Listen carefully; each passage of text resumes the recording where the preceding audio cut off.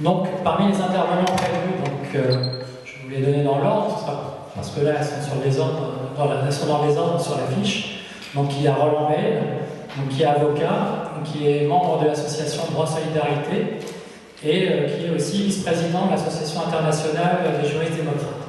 Donc, avocat au barreau de Paris, et pour la petite histoire, Roland a un passé que certains considèrent comme chargé, dans le bon sens du terme, puisque c'est aussi un ancien résistant. Donc, il y a... oui, il est toujours...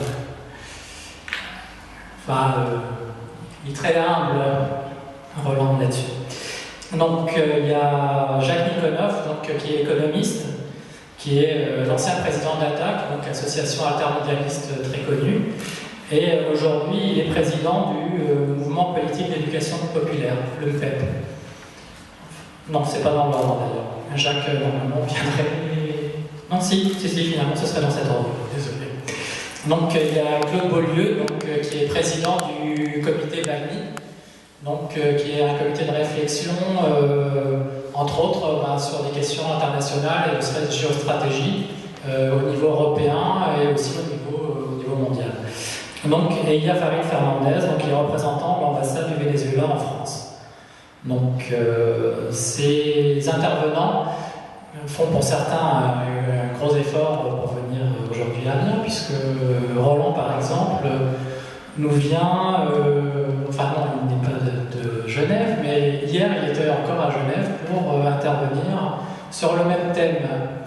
Donc, il aura passé sa matinée dans le train, en gros, pour arriver jusqu'à Paris, et de Paris jusqu'à Amiens. Voilà, et nous le voilà. Donc.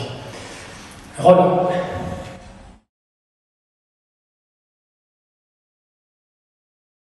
Ça va aussi bien sans micro, si vous ne voyez pas d'inconvénient. On m'entend là-haut? Bon, parce que j'aime mieux ça. Ça résonne moins. Remarquez, moi, je ne résonne peut-être pas beaucoup.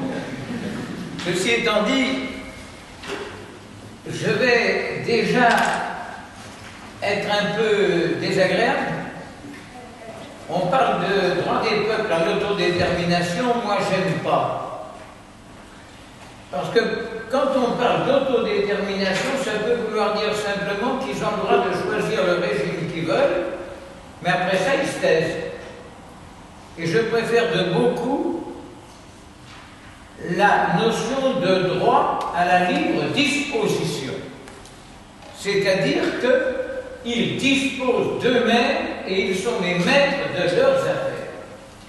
Ça a, à mon avis, un contenu beaucoup plus permanent que la libre détermination. C'est peut-être une querelle de détail, mais je crois qu'elle a son importance. Pourquoi? Parce qu'effectivement, ô combien je suis d'accord avec ce qui vient de vous être dit, le droit, c'est un pouvoir. C'est la légitimité d'un pouvoir. Quand on parle des droits fondamentaux, des droits de l'homme, il arrive souvent qu'on nous dise les droits fondamentaux et on conçoit simplement les droits minimums. Mais les droits minimums, moi je considère que c'est un peu les droits de protection de l'animal humain. Alors qu'en réalité, il s'agit des droits qui fondent toutes les références à la légitimité des rapports sociaux et donc de la maîtrise des citoyens sur leurs affaires. Et à cet égard, alors ce sera peut-être encore une petite chose un peu particulière, moi, je pense que la notion de souveraineté, elle est antérieure à son affirmation internationale. Et je refuse absolument cet anathème de souverainisme avec laquelle, dès qu'on parle de souveraineté, on vous dit « Ah, c'est du souverainisme d'extrême droite ». Or, c'est une notion profondément révolutionnaire et qu'on ne va pas laisser abandonner à ceux qui la dénaturent, qui la pervertissent. La souveraineté, c'est d'abord la souveraineté populaire. Qu'est-ce que ça veut dire, la souveraineté? C'est de savoir qui est le souverain, qui est le patron, qui dirige, au nom de quoi et de quel pouvoir les affaires sociales s'administrent. Et pendant tout le XIXe siècle, en France, face à la confiscation de la Révolution par la bourgeoisie, la bataille révolutionnaire pour une véritable démocratie, ça a été la bataille pour la souveraineté populaire. En n'oubliant pas que démocratie, ça vient du grec et ça veut dire pouvoir du peuple. Alors il ne faut pas confondre avec le populisme. Le populisme, c'est le contraire de la souveraineté populaire. Le populisme consiste à flatter le peuple pour qu'il élise un chef entre les mains desquels il abdique. Le populisme, c'est le plébiscite. Le populisme, c'est l'élection du président de la République au suffrage universel. En réalité, la souveraineté populaire, c'est la souveraineté par l'intermédiaire d'un parlement et à tous les échelons par des conseils élus auxquels on ne délègue pas le pouvoir. La démocratie ne peut pas être directe, elle est forcément représentative. On ne pourrait pas réunir toute la France sur la place de la Concorde. Mais cette représentation ne doit pas être délégataire, mais représentative, instrumentale. Instrumentale, c'est-à-dire que l'élection ne désigne pas des gens pour qu'ils détiennent le pouvoir à votre place, mais qu'ils soient les instruments de votre exercice permanent du pouvoir. J'en ai là deux exemples contradictoires qui l'illustrent bien. Pendant la bataille de notre peuple contre la guerre d'Algérie et contre la guerre du Vietnam déjà, il y avait eu des poursuites contre les dirigeants de la CGT et de l'Union de la jeunesse républicaine de France pour complot contre la sûreté de l'État devant les tribunaux militaires. J'en assistais l'un d'eux comme avocat devant un juge d'instruction militaire qui lui dit « Mais de quel droit faites-vous des affiches, des réunions? Vous avez élu des députés, si vous n'en êtes pas content, vous en changerez dans 5 ans. » C'est exactement la caricature de la démocratie. L'autre exemple contradictoire, en 1952, est annoncé le projet de Communauté européenne de défense, la CED. Les gens savaient tellement plus ce que c'était qu'ils croyaient dans certains cas que c'était la commission d'électrification du département. On a mené une grande campagne d'information. Et j'entre pas dans les détails parce qu'autrement je serais trop long. Mais ça aboutit à quoi? Ça aboutit à ce que quand le débat est venu pour ratification en 1954 devant l'Assemblée nationale, il y avait une majorité pour ratifier.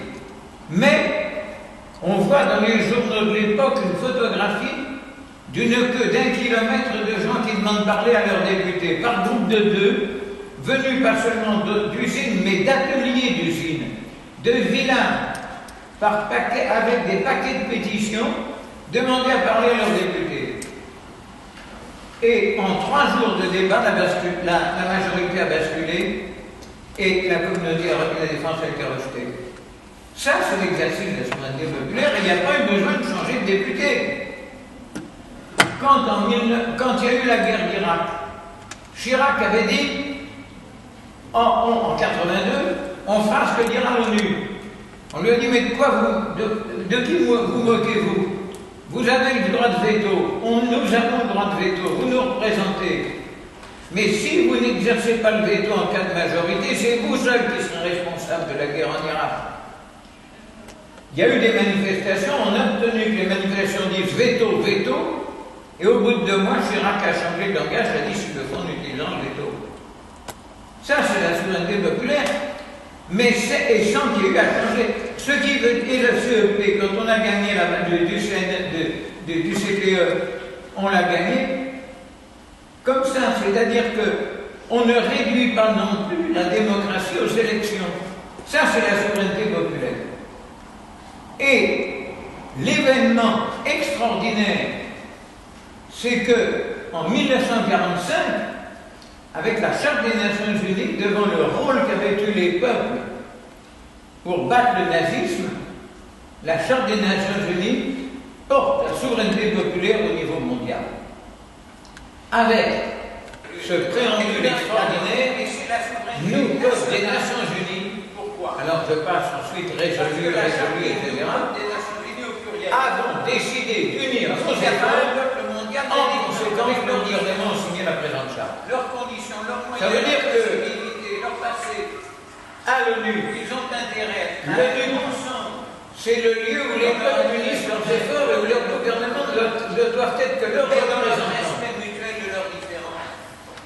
Ça, c'est la charte, c'est du papier. La charte dit Et tout est, c'est révolutionnaire. C'est une alors, et c'est la souveraineté nationale. Pourquoi? sur les Parce que la charte dit nous, peuple des Nations Unies, au pluriel. une sorte de. Parce qu'il n'y a pas un peuple mondial, il y a des peuples avec leurs différences, Ça aboutit à quoi? leurs conditions, leurs moyens, leurs possibilités, leurs passés. Mais dans des conditions. Ils ont intérêt à être ensemble Parce que dans leur intérêt commun et pour leur développement commun, mais dans leur respect mutuel de leurs différences. nous parle de Et c'est pourquoi la charte dit nous, peuple des Nations à une Unies. commune rurale. Seulement ça, c'est tellement révolutionnaire, c'est le passage d'une logique millénaire La plus proche, où les relations internationales sont fondées sur des rapports de puissance dans l'intérêt des entre des puissances qui se partagent par la guerre, par des traités, des alliances, des coalitions, se partagent les territoires et les Il peuples. n'arrive pas à intimider le chauffeur ou à Et on passe du pouvoir sur des peuples au pouvoir des C'est peuples. va servir l'usine. Mais alors, tout est fait. Est-ce qu'il faut changer la Pour mécanique empêcher des autobus? Oui, On n'en est pas encore à la ligne du 4 août. Et aujourd'hui, les puissances mondiales qui nous gouvernent, puissances financières, ne sont pas prêtes à abandonner leurs privilèges. La charte des Nations Unies. Alors, qu'est-ce qui est fait actuellement? Tout est fait. Et alors, mais pour vous dire jusqu'où ça va, Tantôt marginaliser on l'ONU, nous parle de c'est G20 secrétaire d'abord, général des Nations Unies comme le patron de l'ONU. minimiser Dans l'ONU. la logique verticale. Quand par exemple on Alors, voit c'est que simplement ce qu'on appelle dans pour le une- quartet sur la le Palestine, directeur général des services. on a C'est à tel point que je viens de voir ce matin les dans un journal États-Unis, suisse. l'Union européenne, alors qu'elle n'est pas membre, elle n'a pas de statut d'État, et l'ONU parmi eux, à égalité avec eux, alors qu'elle est là pour les regrouper, au contraire, ils en font partie. Et enfin, la récupération de l'ONU pour en faire un instrument, non plus un lieu de concertation des peuples dans une logique horizontale, mais un instrument dans une logique verticale de récupération de l'ONU comme instrument de gouvernance mondiale sur les peuples, et on tente à en faire maintenant une sorte de préfecture de police mondiale. Ça aboutit à quoi? À une dénaturation totale de l'ONU, mais dans des conditions ahurissantes. Parce que